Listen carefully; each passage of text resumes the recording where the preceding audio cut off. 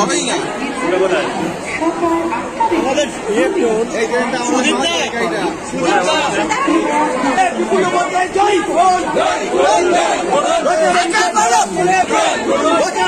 জোড়া ফুলে ভোট দিয়ে বিপুল ভোটে জয়ী করুন। জোড়া ফুলে ভোট দিয়ে বিপুল ভোটে সবাইকে বলে দি, ঘরে ঘরে বলে দি, স্টেশনে ট্রেনে কামারাতে বলে দি, ওই দিদিকে বলে দি, ওই দিদিকে বলে দি, ওই দাদাকে বলে দি, সবাইকে বলে দি, সকাল সকাল ভোট দি, নতুন রাজনীতি জিতিয়ে দি, পাড়ায় পাড়ায় বলে দি, ওই দিদিকে বলে দি, ওই বোনকে বলে দি।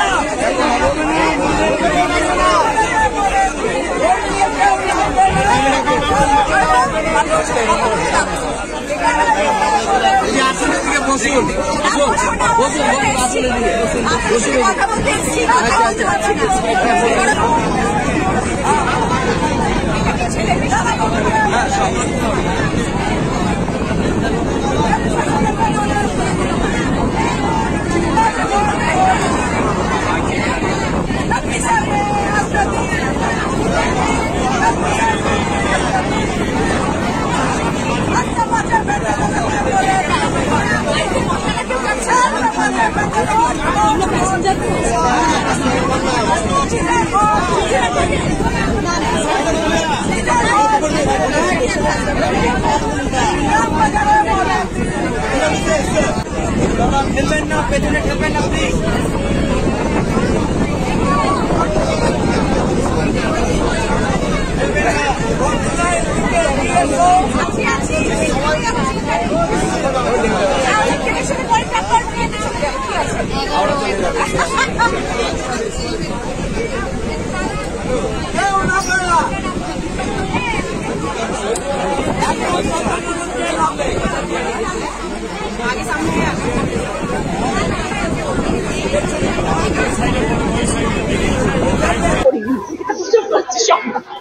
আজ প্রায় 40 দিন 45 দিন হয়ে গেল কাজ করছি এবং আমার ইচ্ছে ছিল যে সবসময় তো পথে ঘুরছি, একটু ট্রেন যাত্রীদের সাথে দেখা করি। কারণ দেখো, আমি যখন প্রচারে যাই, যারা দৈনন্দিন যাত্রা করে অন্যান্য জায়গায় যান কাজ করতে, তারা তো সবসময় আমার সভায় বা আমার রোড শোতে আসতে পারেন না।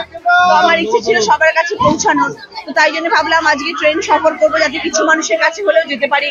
চেষ্টা করলাম ওই দৌড়ে দৌড়ে যতটা পারি বিভিন্ন কম্পার্টমেন্টে গিয়ে সবার সঙ্গে দেখা করার। এটা আমার ইচ্ছে ছিল, তাই করলাম। সবার সঙ্গে অ্যাটলিস্ট, তারাও তো নিত্য প্রয়োজনীয় যাত্রী, তাদের পাশেও তাদেরও ইচ্ছে করে দেখা করা, তাই জন্য তাদের কাছে গিয়ে দেখা করে এলাম। লকেট চ্যাটার্জিও ট্রেনে প্রচার করেছে। আমার দেখে এটা করেছে। কেউ কাউকে দেখে কিছু করে দাদা? দেখে করার তো কিছু নেই। ট্রেন যাত্রীরা প্রতিদিন ট্রেনে সফর করছে, তাদের সঙ্গে সর্ব জায়গায় আমরা প্রচারে যাচ্ছি। আমরা রাস্তায় প্রচার করছি, আমরা বাজারে গিয়ে প্রচার করছি, আমরা ট্রেনে উঠেছি, তাতে কি অসুবিধা আছে? সেখানে লকেটে উঠতে পারে, অসুবিধা নেই।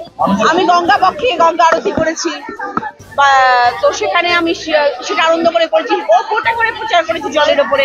আমরা গঙ্গা আরতি করেছি, গঙ্গাকে শ্রদ্ধা জানিয়ে। সেরকম যে যেরকম ভাবে পারছে করছে। প্যান্ডেল থেকে চিত্র স্টেশন পর্যন্ত ট্রেনে জার্নি, কতটা মানে কি অনুভব? অনেক ভালো লাগলো। ভেন্ডার্সরা যেখানে বসে, যারা হাওড়াতে মাল টাল নিয়ে যান, তাদের সাথেও কথা বললাম। প্রচুর জিনিসপত্র নিয়ে তারা প্রত্যেক দিন কষ্ট করে যান। স্কুল যাত্রীদের সাথে, কলেজ গার্লসদের সাথে কথা বললাম। তারাও মহিলা কম্পার্টমেন্ট আর কি, সেখানেও কথা বললাম। সেখানেও খুব ভালো লাগলো। সকলে যেখানে একসাথে ওঠেন, ছেলে মেয়ে সবাই একসাথে, সেই কম্পার্টমেন্টে উঠলাম। তাদের সাথে কথা বললাম, যারা অফিস যাচ্ছে। ভালো লাগলো। তারাও খুব খুশি হলেন, কারণ তারা বলছে যে আমরা তো আপনার রোড শোতে সবসময় থাকতে পারি না, আপনি উঠলেন বলে আপনার সাথে দেখা হলো। অনেকদিন পরে হাতের টিকিটটা কতদিন পরে দেখলাম, বাপরে বাপ।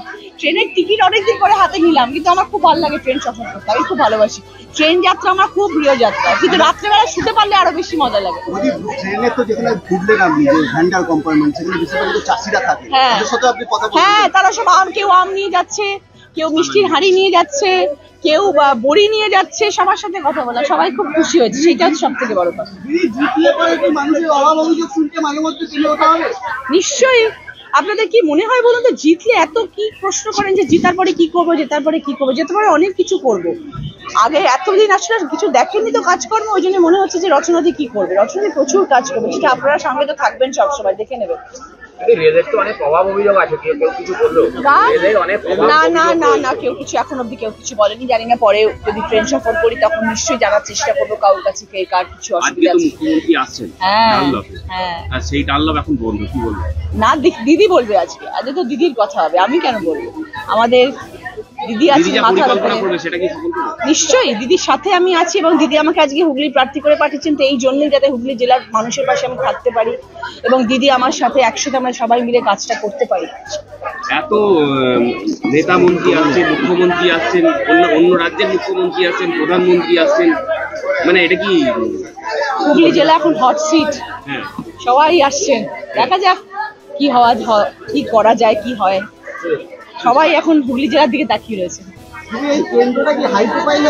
মনে তো হচ্ছে এখন তাই, কারণ হাই প্রোফাইল হুগলি।